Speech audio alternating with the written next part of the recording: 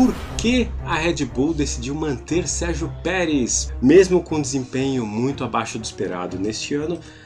Helmut Marko e Christian Horner decidiram manter Sérgio Pérez, mesmo depois da pausa de verão. Olha só, há um rumor que, porque não é muito lógico, né? O Pérez ele não está conseguindo andar com o Verstappen, próximo do Verstappen.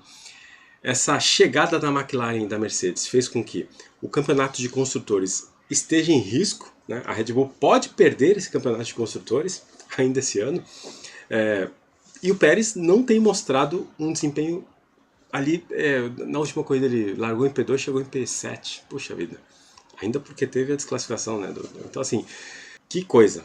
Tá de mal a pior. Mas mesmo assim, não conseguindo mais andar perto do Verstappen, em segundo ou terceiro, dizem, né, os rumores que a Red Bull foi convencida a manter Pérez porque a Liberty Media influenciou. Porque para ela seria muito importante que nesses GPs dos Estados Unidos, Texas, né, Austin no Texas e também no México, a presença de um piloto mexicano no grid como titular impacta muito na venda dos ingressos, né, na comoção, na audiência local. E se ele fosse demitido agora, essa audiência toda seria impactada negativamente. Por isso que a Liberty fez lá, mexeu seus pauzinhos, pediu para a Red Bull mantê-lo pelo menos até o GP do México. Será? Aí veio o Helmut Marko falar sobre esse rumor. Ele declarou que não. A Red Bull ela não sofre pressões de ninguém, nem de promotor, organizador, da FIA, nada.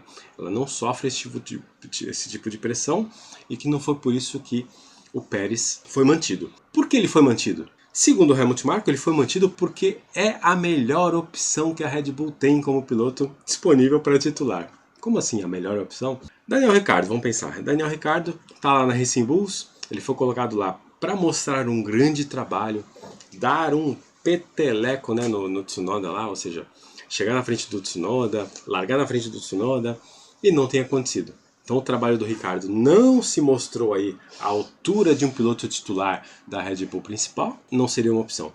O próprio Tsunoda é um piloto Honda, ele está lá mais em função do motor Honda, da pressão da Honda de ter um piloto japonês. Mas ele é bom? Sim, ele é bom, ele se mostrou rápido, ele evoluiu bastante aí nos últimos 2 anos. Porém, a Red Bull não tem certeza por conta da cabeça dele, né, da parte mental dele, se ele conseguiria segurar uma pressão, resistir a uma pressão que se tem numa equipe principal como a Red Bull. Que, além de pressão numa equipe de ponta, a pressão de estar do lado do Max Verstappen, que é um extra classe, ele é um tricampeão, é um piloto fenomenal. Então assim, podemos colocar ele ao lado de Schumacher, Senna, Hamilton, Prost e tantos outros aí que são multicampeões mundiais de Fórmula 1. Acham que o Tsunoda, pelo que demonstra nas declarações pelo rádio, né, nas entrevistas, demonstra que ele não tem muita maturidade para esse desafio. O Tsunoda nunca foi uma opção pro Marko, a gente sabe disso. Tem também Liam Lawson, que fez aí algumas corridas enquanto o Ricciardo estava com a mão quebrada pela Racing Bulls, foi muito bem, é rápido, constante, não bate, tudo o que precisaria. Mas será que ele seria bom também na Red Bull ao lado do Max? Por quê? Outros pilotos parecidos como Alex Albon e Pierre Gasly, a história recente mostra que andaram muito atrás do Max. O piloto que mais andou próximo a Max Verstappen foi quem? Sérgio Pérez.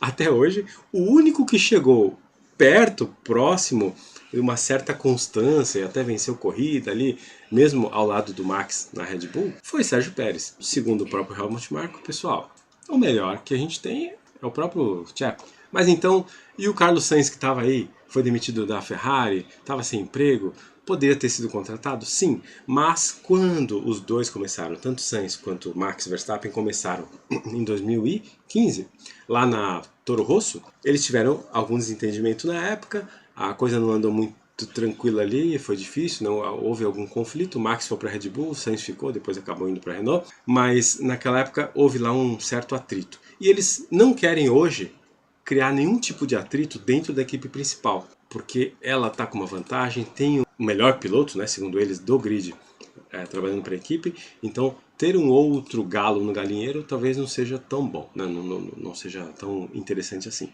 É uma estratégia, é uma forma de pensar, né, do próprio Helmut Marko. Então, por isso que a Red Bull não dispensou o Sérgio Pérez e provavelmente não vai dispensar neste ano, hein? E ela já anunciou que renovou por 2 anos, ou seja, podemos ver Sérgio Pérez até 2026, até o final de 2026 na Red Bull. Uau! Eu sei que muita gente aí torce para ser outro piloto, né?